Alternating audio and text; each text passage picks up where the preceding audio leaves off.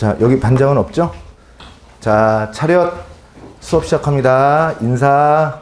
안녕하세요. 네, 많이 안녕하세요. 오늘은 지난 시간에 이어서 비유법을 좀 해볼까 해요. 페이지는 몇 페이지? 43페이지. 43페이지. 어제 질문들도 좀 있었는데 질문들도 괜찮고 그래서 아주 좋았습니다. 조금 더 열심히 한번 해보자고요. 조금 더 열심히. 자, 비유법이라는 것은 뭐냐면 우리가 오늘까지 하면 4분의 1 수업 들은 거네. 오늘까지. 시간이 안 가요? 빨리 가요? 빵 가요는 뭐예요? 빵 가요는 뭐죠? 선생님 수업은 좀 들을만 합니까? 네. 조금만 더. 이 쭉 가다 보면 소설에서 그 정점을 또 찍게 될 거야. 자신하고요. 자, 비유법이라는 것은 기본적으로 원관념과 보조관념의 관계예요. 그러니까 그냥 원관념, 원래 뜻하는 개념을 그냥 이렇게 원관념 바로 드러내버리면 아무런 수사법이 아닌데 원관념을 두고 이 원관념을 더 잘 드러내게 하기 위해서 보조관념을 사용하는 법, 그거를 이제 비유법이라고 해요. 비유법은 총 몇 개가 있냐면 6개가 있어요. 이 비유법이라는 거 안에는요, 직유법, 운유법, 의인법, 활유법, 대유법, 풍유법, 이렇게 6개가 있죠. 어제 그래서 뭐 의인화류 물어본 사람들도 있었고 대유 물어본 사람들도 있었는데 오늘 그거를 참고해서 여러분들한테 더 좋게 이해하기 쉽게 할 수 있는 수업을 한번 해보겠습니다. 방금 1, 2교시를 하고 왔는데 마스크를 이렇게 싹 벗으니까 아까 물이 후두둑 떨어졌어. 그래서 땀으로 범벅 졌는데도 이렇게 거울 보니까 변하지 않는 뭐 그런 거 있더라고요. 치 누구지? 치 누구예요? 치 누구야? 야, 그 감탄사 치 그렇게 감탄한 거야? 괜히 얘기했나? 되게 민망하네. 얘들아, 여기는 아직도 그거 뭐 틴트 이런 거 못 쓰게 하나? 선생님이 여기 전에 한 2, 3년 전에 여기 언제 그만뒀지?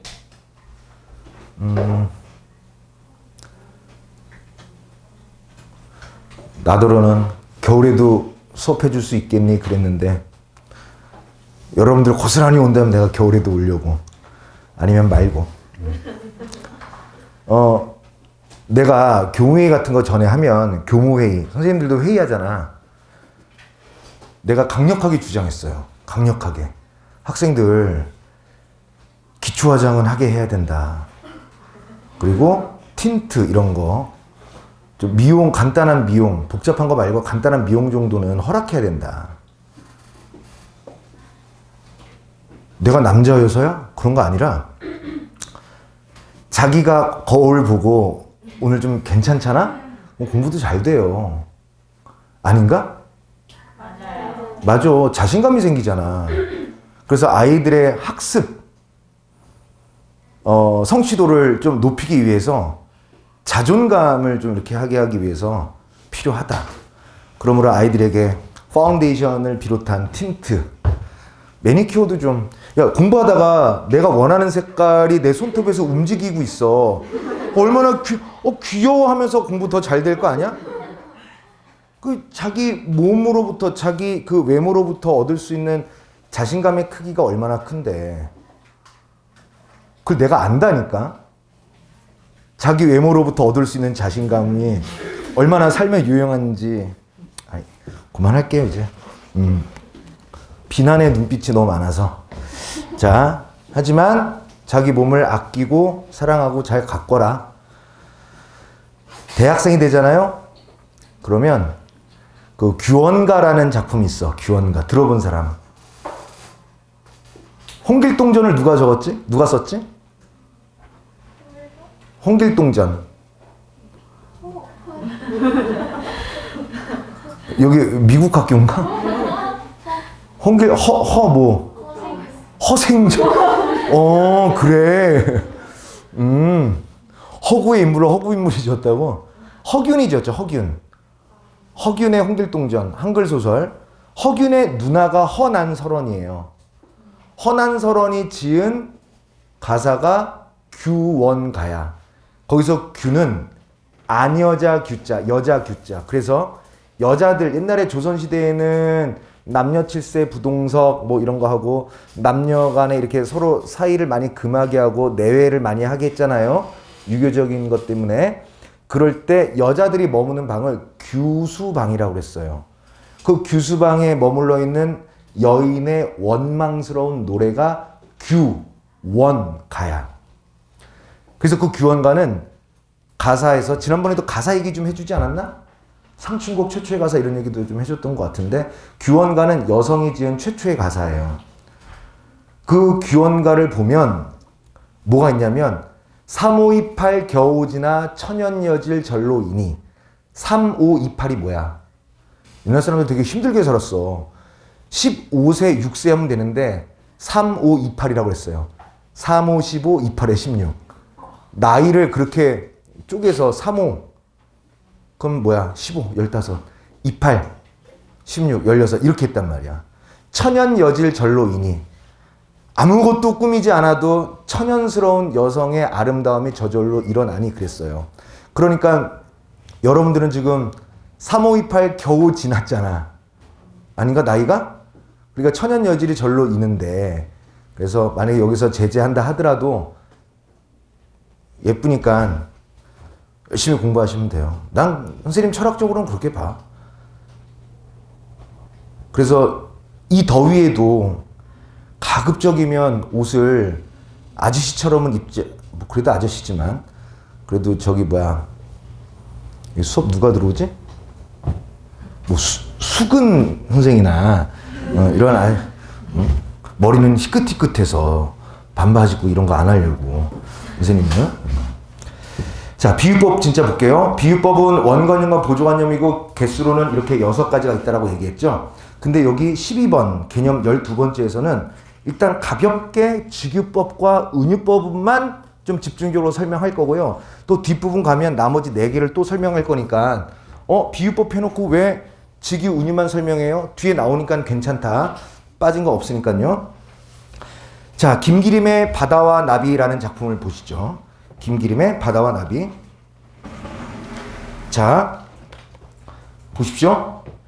청무밭인가 해서 내려갔다가는 어린 날개가 물결에 절어서 공주처럼 지쳐서 돌아온다. 공주예요? 공주가 있었나? 프린세스가 있었어요? 누굴 얘기하는 거야? 나비 얘기하는 거죠. 읽어보면 시 전체의 맥락을 보면 원관념은 나비고 보조관념은 공주예요. 이거 밑줄 쳐봐. 모르는 사람은 없겠으나 혹시나 뭐뭐처럼, 뭐뭐같이, 무엇무엇인 듯, 무엇무엇인 양 이렇게 사용되면 직유법이다라고 얘기하는 거예요. 어렵지 않지? 다시 한번 읽어보면 뭐뭐처럼, 뭐뭐같이, 무엇무엇인 듯, 무엇무엇인 양. 그 무엇뭐가 보조관념이고요. 보조관념의 원래 뜻이 있겠죠. 여기서 김기림의 바다와 나비에서는 원관념이 나비고 나비를 조금 더 잘 표현해내기 위해서 공주처럼이라고 해서 공주라는 보조관념을 내세운 것이죠. 괜찮아? 주의법 끝. 자, 은유법을 잘 보세요. 단언컨대 또 우리 그래도 다 뻔히 알 듯 말 듯한 개념들인데 그래도 선생님하고 이렇게 수업을 들으니까 알았던 것을 좀 더 뭔가 단단하게 알거나 몰랐던 것을 새롭게 알아가고 있는 거 맞죠? 매번 수업 시간마다 은유법도 선생님이 자신할게요. 은유법도 그랬어? 라는 것들이 분명히 있습니다. 자, 이육사 시인의 절정의 일부분을 보도록 하죠. 이름에 눈 감아 생각해 볼 밖에. 자, 이건 좀 적어볼까? 적어보죠. 이름에 눈 감아 생각해 볼 밖에 겨울은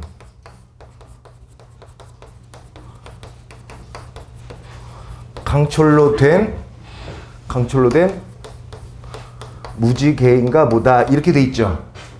자, 이거는 좀 고급인데 이 예를 책에 쓸까 말까다 그냥 썼어요. 왜 썼느냐? 자, 은유법을 설명하기 위해서 이 작품을 예시로 들었는데요. 자, 봐라. 잘 봐봐. 겨울은 얘가 원관념 아닌가? 겨울이란 것은 강철로 된 무지개야 이런 얘기죠. 그러니까 A는 B야. 원관념은 즉 보조관념이야 이런 뜻이에요. 처럼, 듯이, 양처럼 그런 거 없지.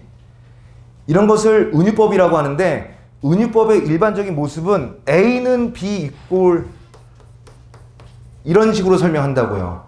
그런데 여기 설명이 좀 길지 않니? 43페이지 마지막 부분에 그거를 읽지 않고 선생님이 말로 설명해 줄게요. 자, 여기서 겨울은 강철로 된 무지개라고 얘기했단 말이야. 그래서 얘는 은유법이다 이렇게 설명해도 되는데 여러분들이 지금 잘 이해하고 계시다면 한 발 더 나아가서 설명해 줄게. 겨울 자체도 원래 비유예요. 근데 이거는 외적 증거를 끌어들여야 돼. 이육사의 절정이 불려졌던 그 시기는 일제강점기 시기죠. 일제치하의 그 고통스럽고 혹독한 그 시절, 그 시기를 겨울이라고 비유한 거란 말이죠. 얘 자체도 은유예요. 그러니까 얘는 원관념이자 보조관념이 되는 거고요. 이 보조관념의 원관념은 일제 강점기가 되겠죠. 그렇지? 그래 안 그래? 다시 한번 이 원관념의 그러니까 이 보조 겨울을 보조관념이라고 했을 때 보조관념 원관념은 일제 강점기라는 거라고요. 이해하셨죠? 괜찮아? 그래서 이런 걸 뭐라고 하냐면 이중비유라고 해요. 이중비유. 일제강점기를 겨울로 은유했는데 시 본문에서는 그 보조관념인 이 겨울을 또 원관념으로 해서 겨울은 곧 뭐라고 한 거야? 강철로 된 무지개라고 해서 시적 화자가 이 부정적 상황을 헤쳐나가겠다는 의지를 드러낸 작품이다. 이렇게 보면 돼요. 이해하셨죠? 자, 43페이지에서 자, 밑에서 네 번째 줄부터만 읽어볼게요. 그 위에 거는 선생님이 지금 설명한 거고 한 가지 더 설명하겠다는 얘기죠. 한 가지 더. 단순히 A는 B이다 의 형태를 따른다라고 해서 모두 은유법이다라고 할 수는 없다.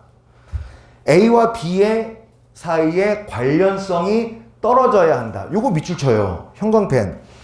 A는 B다가 다 모두 은유가 아니다. 그 A, 원관념인 A와 보조관념인 B가 겉으로, 표면상으로는 관련성이 떨어져야 돼요. 그러니까 봐봐. 겨울과 이 무지개는 관련성이 딱히 없잖아. 자, 만약에 위에 제시된 겨울과 무지개 역시 표면적으로는 관련성이 떨어진다. 관련성 있을 때는 이런 표현도 가능하겠죠. 꽃은 식물이다. 이것도 A는 B 아니야? 근데 꽃과 식물은 관련성이 깊죠. 어떤 관련성이 있어? 꽃은 식물에 포함되는 거잖아. 근데 얘는 은유가 안 돼요. 관련성이 있기 때문에. 이해되셨죠? 요거 몰랐지? 44페이지. 은유법에 대한 추가적 설명을 더 드리죠. 은유법에 대해서. 은유의 또 다른 형식은 아까는 A는 B죠. 이번엔 은유의 또 다른 형식인 A의 B꼴이라는 게 있어요. A의 B. 삶은 언제나 은총의 돌층계의 어디쯤이다. 사랑도 매양 섭리의 자갈밭의 어디쯤이다. 김남주의 설일이라는 시 중에서입니다. 일단 원래 작가를 잘 설명하진 않는데요. 요 설일이라는 시의 작가가 김남조죠. 김남조 작가 이름 옆에다가 뭐라고 쓰냐면 기독교적 세계관이라고 쓰시면 돼요. 기독교적 세계관.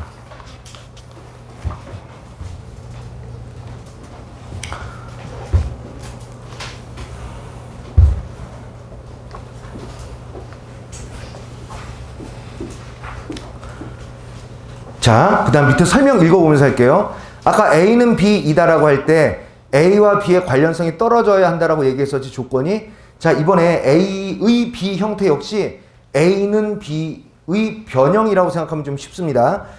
A의 B라는 은유적 공식은요, 원관념이 A가 되고 그 A를 잘 드러내기 위한 보조관념 B가 된다는 거죠.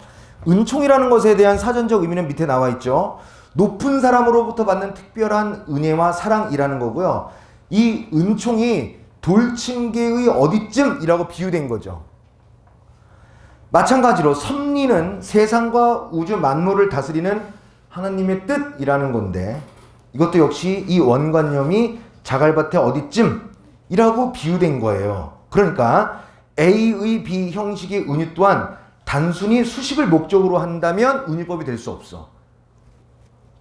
남자의 용기, 그러면 남자는 곧 용기라고 바꿔 나타낼 수 없기 때문에 남자의 용기는 뭐가 안 된다는 거야? 은유가 안 된다는 거죠. 자, 선생님 모두 볼까? 선생님 봐봐.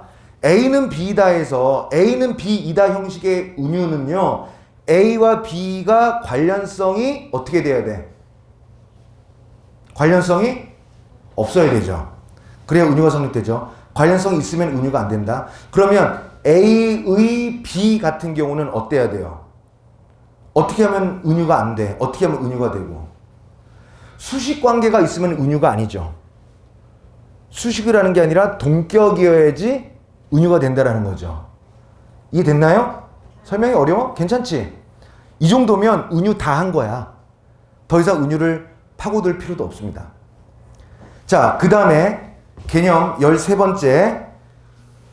어제도 질문을 통해서 잠깐 설명하려고 했으나 오늘은 이제 수업 시간에 한번 얘기할게요. 공간의 이동과 시선의 이동에 대해서 얘기하고자 합니다. 자, 선생님이 지금 뭐 한다고요? 뭐랑 뭐 한다고? 다시 한번 크게 뭐라고? 그래, 공간의 이동과 시선의 이동이에요. 자, 그래서 게임처럼 얘기했었다, 어제 질문 받을 때. 그치? 우리 아까 누가 얘기했죠? 어제 배틀그라운드라고. 왼쪽에는 키보드, 오른쪽에는 마우스. 야, 7시 막 그거 하잖아요. 난 잘 안 해봐서 모르겠는데, 근데 이 마우스는 그 캐릭터 인물이 바라보는 시선 방향을 조절하는 거고, 왼쪽에는 키보드는 방향키나 그 자판에서 ASDW 등을 통해서 방향을 조절하죠. 뭐 칼도 쓰고 총도 쏘고 수류탄도 던지고 뭐 이런 거 하는 것들은 다른 키를 누르고요. 이 마우스처럼 그 캐릭터가 바라보는 시선을 움직이는 이것은, 이 오른손의 마우스는 마치 뭐라고요? 시선이고요. 방향은 공간이에요. 근데 시에서 말이야. 시에서, 게임이 아니라 시에서 시선의 이동과 공간의 이동을 동시에 묻지 않습니다. 절대로.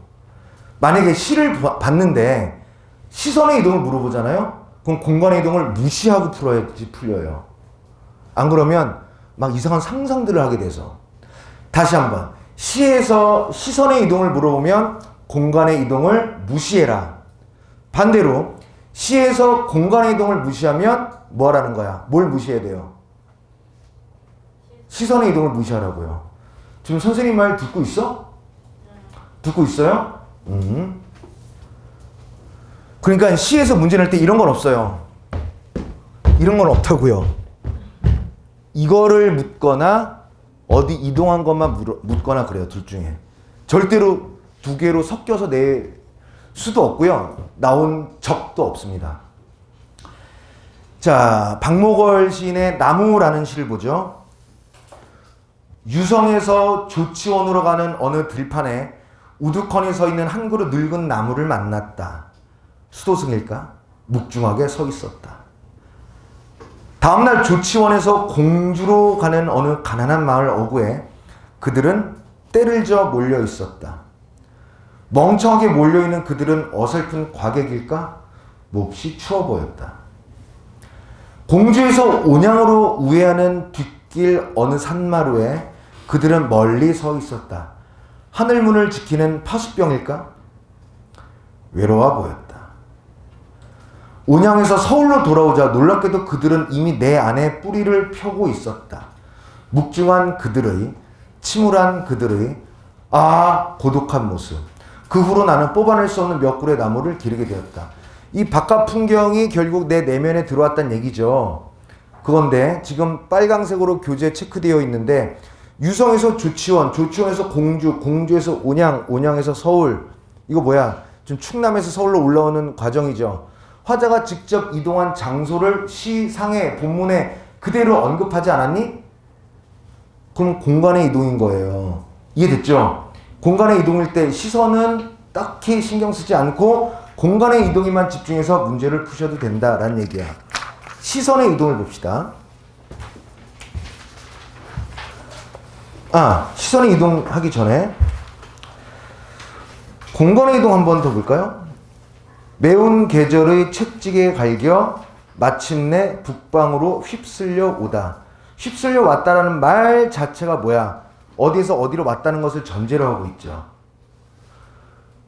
나무처럼 구체적 공간이나 지명이 나오지 않은 채 그저 어디로 휩쓸려 오다라고만 언급되어 있네요. 그래도 북방으로 휩쓸려 오다는 화자가 그 전에 북방에 있지 않았음을 내포하고 있으므로 어딘지는 몰라도 출발점으로부터 도착점 북방까지 이동한 것이라고 우리가 설정해 볼 수 있겠죠. 이 작품 역시 공간의 이동에 의한 시상정의 방식 가능합니다. 자, 하지만 확실한 공간의 이동은 아까 방목으로 나무 같은 게 있다라는 거야. 김용택 시인의 들국이란 걸 한번 볼까요? 산마다 단풍만 저리 고우면 뭐한다요? 뭐한다요 산 아래. 물빛만 저리 고우면 뭐한다요? 산 너머 저 산 너머로 산 그늘도 다 도망가 불고 산 아래 집 뒤안 하얀 억새꽃 하얀 손짓도 당신이 안 오는데 뭔 헛짓이다요 이런 얘기죠.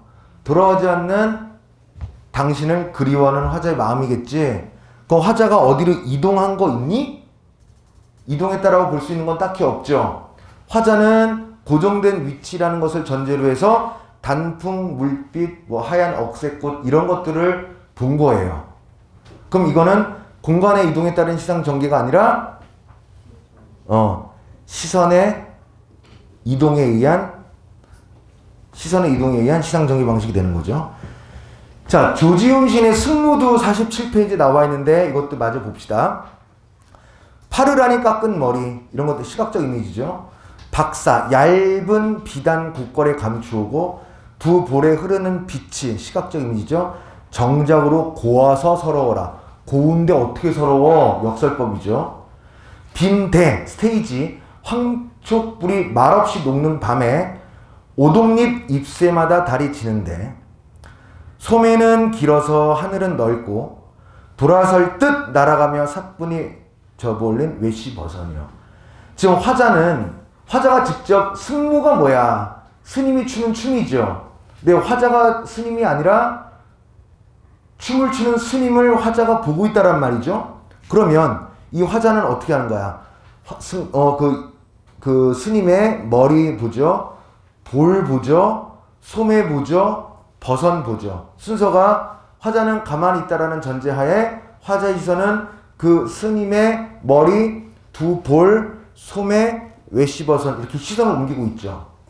그런데 이 금방 선생님이 샘플로 읽었던 조지훈의 승무라는 거는요, 이건 전문인데, 자, 들국과는 좀 다르죠. 조지훈의 시인의 승무에 나타난 시선의 이동은 춤을 추고 있는 승려의 신체, 바디를 위에서 아래로 보고 있다라는 어떤 규칙이 있죠. 근데 김용택의 들국은 시선의 이동은 있으나 시선이 이동하는 규칙은 딱히 있지는 않았다.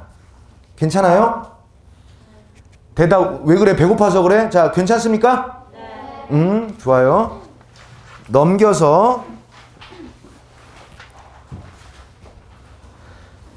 시간의 이동이죠. 오른쪽에 그림 감상 잠깐 할까? 뭐야? 이렇게 분위기 있어. 왜 자꾸 비웃는 거야? 누가 찍어줬어요. 어? 누가 찍어줬어요. 그거 누가 찍었죠? 후배가 뒤에서. 이거 되게 희한해서 찍은 거야. 한 하늘에 얼마 전에 올 봄에 그냥 목적지 없이 선생님 후배랑 여행을 갔는데 이게 지금 이렇게 찍힌 게 아니라 이게 파노라마로 길게 찍혔어요. 그러니까 내가 이제 뭐 그 후배 형이니까 이렇게 있는데 얘가 오 신기하다 그래서 파노라마로 찍었어요. 하나의 하늘에 해와 달이 다 같이 있었어요. 근데 이제 얘는 뭐만 본 거냐면 해가 지는 것만 본 거고요. 반대쪽 선생님 등 뒤에는 이게 선생님 등이잖아? 등 뒤에는 달이 떠 있었어요. 그래서 하나의 하늘에 해와 달이 같이 있네 하면서 길게 찍었는데 해와 달이 뭐가 중요해? 선생님 모습이 중요하지. 방심했지 얘들아? 자 이번에는 시간의 이동이야. 우리 시간의 이동 비스무리한 거 우리 아침이란다. 아까 1강, 2강, 3강 뭐 그때 배웠죠, 그치? 우리가 앞서 주초에 계절의 이동, 계절의 변화 이것도 시간의 이동에 포함되죠. 자, 시를 분석한다는 것은 시상의 흐름을 파악한다는 것과 같아요. 특히 시에서는 시간 그리고 공간 그리고 자연물 요 세 가지의 주목만 해도 어느 정도 시 해석의 힌트, 실마리를 우리가 잡아낼 수 있다. 시상에서 시간은 여러 가지 형태로 등장하는데 시간만 나올 수도 있고요. 시간이 이동하거나 흘러갈 수도 있게끔 등장할 수도 있습니다. 자, 낡은 나주반에 흰밥도 가재미도 나도 나와 앉아서 쓸쓸한 저녁을 맞는다. 이 쓸쓸한 저녁이라는 것만 봐봐. 시상에서 시간적 배경을 나타내는 식구가 되죠. 저녁이라는 시간을 쓸쓸한이라는 수식어를 통해 화자의 정서, 가뜩이나 쓸쓸한데 더 쓸쓸하게끔 표현할 수 있었다라는 거죠. 자, 그 다음에 김광규 시인의 희미한 옛사랑의 그림자라는 것 중에서 4.19가 나던 해, 새 밑이 뭐야? 새는 years, 한 해를 얘기하는 거고 밑이니까 끝부분이죠. 그러니까 새 밑은 연말이에요. 4.19는 언제 났어? 몇 년도에?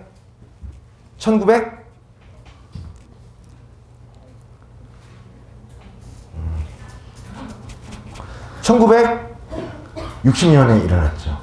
1960년 겨울 우리는 오후 5시에 만나 반갑게 악수를 나누고 불도 없이 차가운 방에 앉아 하얀 입김을 뿜으며 열띤 토론을 벌였다.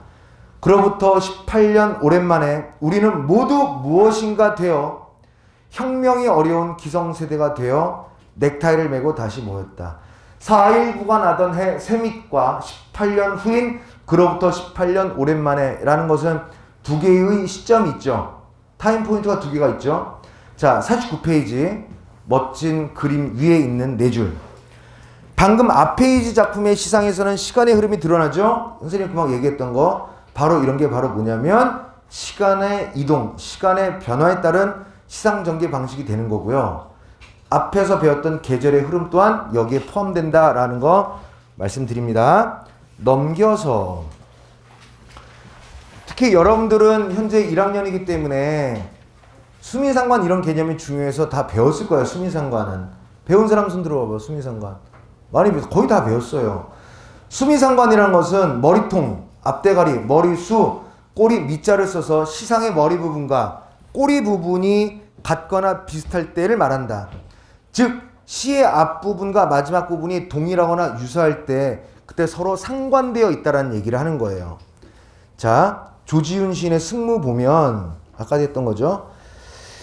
얇은 사 하얀 곡갈은 고이 접어서 나빌래라. 자, 마지막 부분. 이밤사 귓도리도 지새우는 삼경인데 얇은 사 하얀 곡갈은 고이 접어서 나빌래라.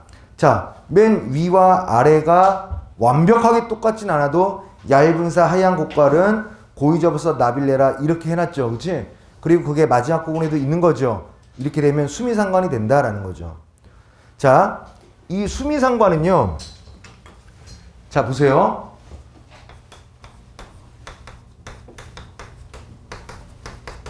수미상관은 시가 어떻게 되어 있는 거야? 시가 앞 뒷꼬랑지.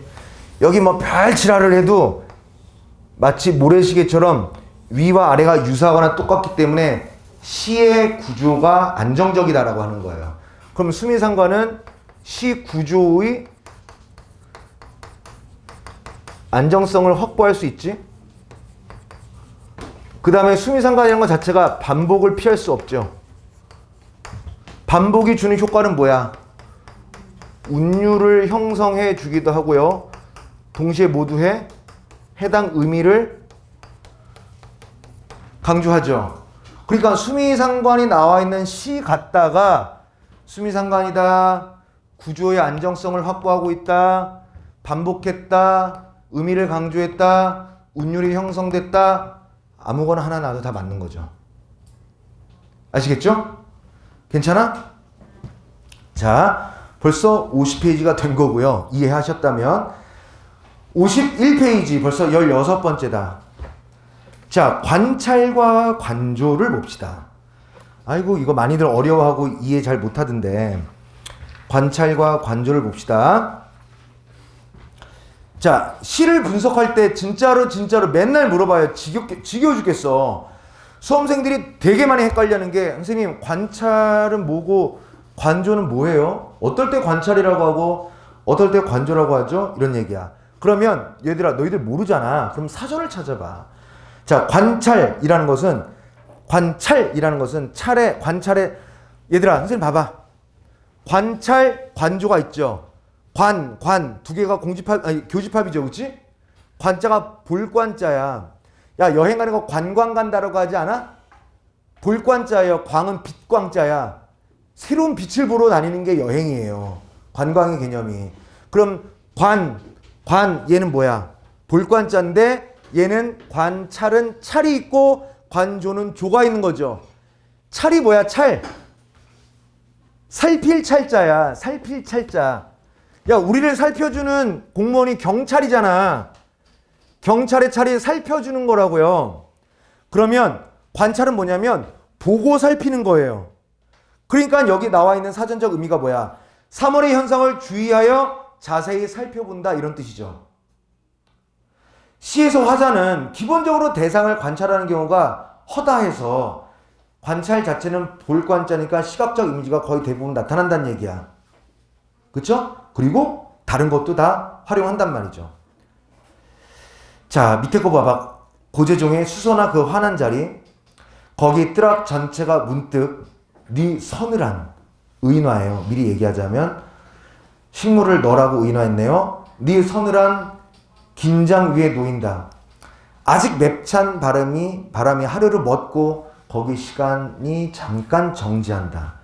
저토록 파리한 줄기 사이로 저토록 환한 꽃을 밀어 올리다니 영탄법. 거기 문득 네가 오롯함으로 세상 하나가 엄숙하고 고요해지는 시간. 네 서늘한 기운을 느낀 죄로 나는 조금 더 높아야겠다. 넘겨보세요. 금방 읽었던 작품을 보면 화자는 수선화 꽃이 피기 전후를 자세히 들여다보며 관찰하고 있죠. 기본적으로 파리한 줄기 사이에서 환한 꽃을 피우는 그 꽃을 관찰하면서 화자의 정서를 드러내는 게 이 시의 일반적인 내용이죠. 관찰은 그런 거야. 얘들아, 관찰 봐봐. 이거 분필이지? 일단 봐요. 희다. 까끌까끌하네. 어떻게 이렇게 이럴 수가. 이렇게 관찰이에요. 소리는 안 나네. 이거 다 관찰이라고요. 일단 보는 것을 기본으로서 얘를 자세히 살펴보는 게 관찰이야. 근데 관조는, 찰은 아까 살필 찰자라고 얘기했지.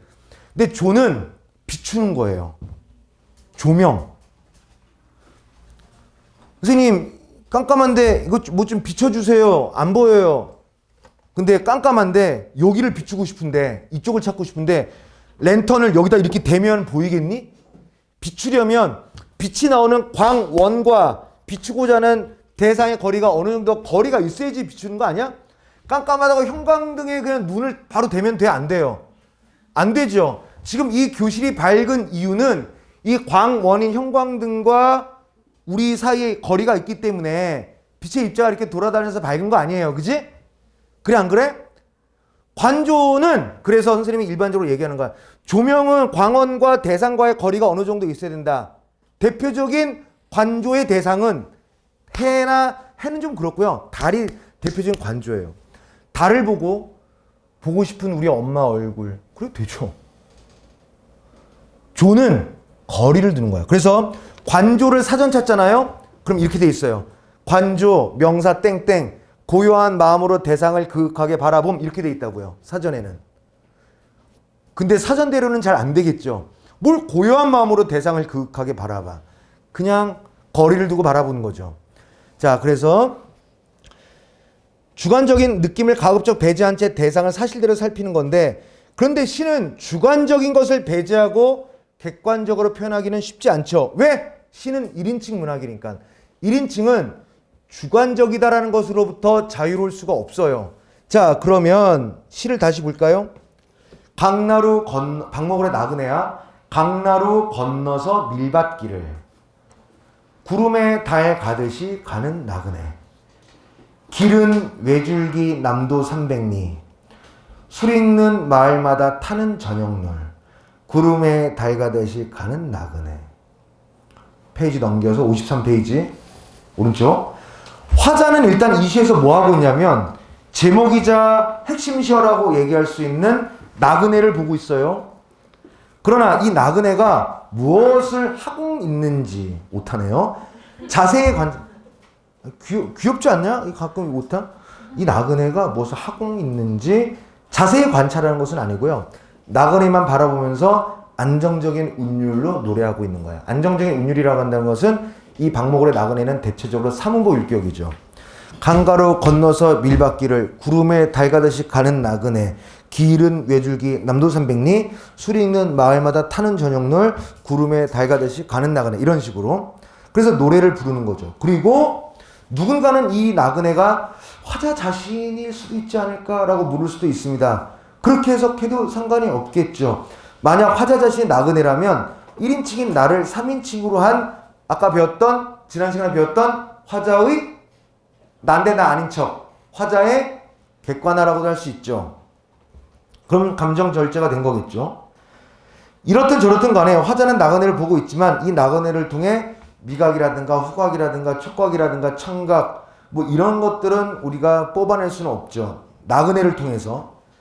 아까 앞서서 관조는 주관적 정서라든가 감정을 가급적 배제하는 것이라고 했는데 주관적 정서가 없는 시는 존재하지 않아요. 1인칭은 주관적이지 않을 수가 없기 때문에.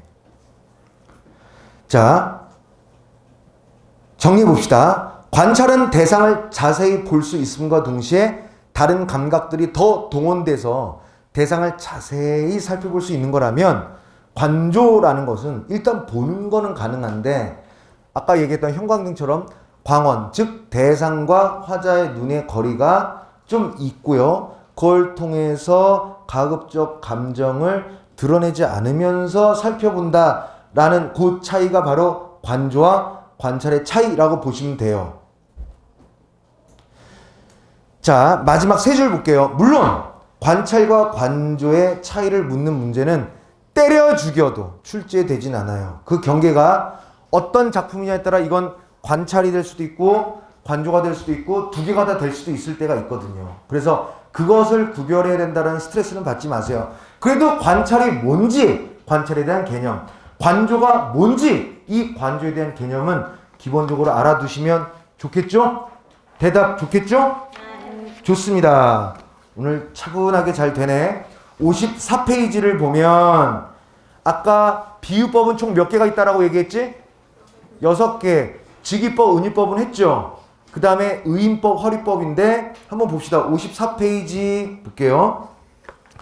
아까도 얘기했어요. 비유법은 이런 게 있다고. 근데 의인과 화류에 대해서 이번엔 좀 알아보자. 의인법과 허리법을 많이 헷갈려 하는데 둘은 같은 게 아니야. 비슷해도 분명히 개념 자체는 달라요. 의인법은 뭐냐? 사람이 아닌 것을 사람에게 빗대어 마치 사람이 그렇게 행동한 것처럼 표현하는 수사법. 이게 바로 의인법이죠. 김수영 시인의 풀이라는 작품을 봐요. 풀이 눕는다. 비를 몰아오는 동풍에 나부껴 풀은 눕고 드디어 울었다. 날이 흐려서 더 울다가 다시 누웠다. 풀은 사람이 아니잖아. 식물이잖아. 근데 제시된 시에서는 뭐라고 됐어요? 풀이 이 했다는 거죠. 근데 울 수 있는 건 사람밖에 없어요. 운다라는 것은 감정의 표현이잖아. 축구 선수가 골을 넣고 결승골을 넣고 울어도 기쁨에라는 감정이 있는 거고, 남자친구한테 헤어져서 비 오는 가로등 밑에서 이 해도 슬픔의 감정 반영된 그 눈물이란 말이죠. 근데 풀이 운대요. 자, 여기서 새로운 거 한번 얘기해 줄게요. 늑대가 운다라는 표현이 있다고 한번 해보자. 늑대가 울어. 늑대 울 수 있지 않아? 라는 의문들이 들죠. 이 경우와 마찬가지로 이걸 의인법이라고 할 수 있을까? 늑대가 운다라는 표현은 나름대로의 관습적 표현이야. 우리가 의인법에서 다루는 울다는 감정을 참지 못해서 눈물을 흘리는 것과 관련된 건데, 감정이 없는 풀을 비를 몰아오는 풍경에 납득한다고 했으니까 이거는 의인법이 쓰인 거다라는 거죠. 늑대가 운다라는 것은 사전 찾잖아? 그럼 어떻게 되냐면 감정 그런 게 아니라 소리를 내다라고 돼 있어요. 짐승이 우는 건 소리를 내는 거예요. 사람은 감정을 넣는 거고. 알겠죠? 선생님 무슨 설명했는지 알아? 사람이 우는 건 감정인데요. 동물, 짐승이 우는 건 소리를 낸다라는 거예요. 감정 없이. 55페이지. 의인법에 이어서 화류법도 한번 살펴봐요. 화류법은 무생물을 생물인 것처럼, 감정이 없는 것을 감정이 있는 것처럼 표현하는 거라고 사전에 정의되어 있는데, 범위를 한 번 더 좀 더 주목해 보면 의인법과 화류법에 대한 차이를 어느 정도 알 수 있을 거야. 무생물을 생물인 것처럼 해서 설명하는 건 쉽죠. 예를 들어 보면 어제도 선생님한테 질문했던 질문자한테 선생님 손목시계를 보여주면서 설명했을 거야. 책 볼까요? 시계의 심장이 뛴다는 것은 시계는 무생물이잖아. 근데 심장은 생물이잖아요. 생물한테는 심장이 있잖아. 그래서 무생물인 시계를 심장이 있는 생물로 표현했으니까 화류법이다 라고 얘기할 수 있는 거야. 모두 오케이? 그런데 바로 앞에서 김수영 시인의 풀에서 풀을 의인화했다라고도 했는데 이걸 화류법이 쓰였다고 해도 됩니다. 어차피 식물은 무생물로 간주하거든요, 문학에서. 하지만 수능에서는 아까도 얘기했던 것처럼 의인법과 화류법, 아까 관조와 관찰 구별하는 문제는 안 나온다라고 얘기했지. 수능에서도 마찬가지예요. 학교 시험에서도 마찬가지야. 의인법과 화류법을 절대로 구별하는 문제가 절대로 나오지 않습니다. 다만 의인법의 개념과 적용, 화류법의 개념과 적용을 여러분들이 잘 하시면 된단 말이야. 자, 경계가 모호한 게 있기 때문이죠. 그래서 55페이지에 있는 요 박스 있지. 강아지가 우는다, 돌이 웃는다, 시계 심장이 있다. 요거 있죠. 요거 한번 요 박스 3개로 다 정리해버리면 돼요. 강아지가 웃는다. 감정은 있으나 강아지는 사람이 아니죠. 그런데 웃는다라고 사람으로 표현했죠. 그러면 사람이 아닌 걸 사람으로 표현한 거 맞지? 의인법 돼, 안 돼? 근데 화류법은 안 되죠. 강아지는 원래 생물이니까. 자, B. 돌이 웃는다. 사람이 아닌 것을 사람으로 표현했으니까 의인법 되죠? 또 그와 동시에 돌은 무생물인데 생물처럼 표현하는 그 범죄도 들어가죠? 그러니까 의인법도 오케이, 화류법도 오케이야. 시계의 심장이 뛴다. 무생물인 시계를 심장이 있는 것으로 표현했으니까 화류법은 되는데 굳이 이걸 의인법이라고 할 필요는 없다. 하지만 의인법 X라고도 했지만 의인법 동그라미라고 해도 상관은 또 없어요. 이렇게 애매하고 모호하기 때문에 이거를 구별하는 문제는 나오지 않습니다. 아시겠죠? 아시겠죠? 자, 그러면 56페이지서부터는 우리 월요일날 하도록 합시다. 알겠죠? 자, 단 숙제가 있어. 일주일 동안 선생님이랑 벌써 한 주 동안 1페이지서부터 55페이지까지 다 한 거야. 많이 했죠, 여러분들? 그래서 숙제를 노트에다가 복습한 흔적을 써서 제출해 주세요. 일기식으로 쓰는 게 가장 좋아. 이거는 복습했냐도 중요하긴 하지만 앞으로 이제 고등학교 공부를 해 나갈 텐데 선생님이 다 읽고 선생님이 사인해 줄게요. 그 다음에 모르는 게 있으면 노트에다 질문해도 좋습니다. 선생님이 일요일은 되게 새벽에 들어올 거거든요. 새벽에 와서 여러분들이 제출한 노트를 보고 검사를 할 거니까 일요일 날 들어가시기 전에 제출해 주세요. 알겠지? 제출해서 교무실 그 넓은 책상 있지? 거기다가 여기 반장이 없니 여기? 그럼 지도 선생님한테 주세요. 알겠죠? 알겠죠? 지금 밥 먹는 시간 아니구나. 괜히 열심히 했네 수업. 1시간 더 남았네. 자, 고생하셨어요. 얘들아, 오늘도 수업 들을만 했어? 차곡차곡 많지는 않지만 애매했던 것들이 정리되어 가고 몰랐던 것들은 플러스해 나가는 시간이 되었기를 바라면서 우리 월요일 날 또 봅시다. 자, 수고하셨어요. 자, 차렷 고생했습니다. 인사. 네, 고생하셨어요.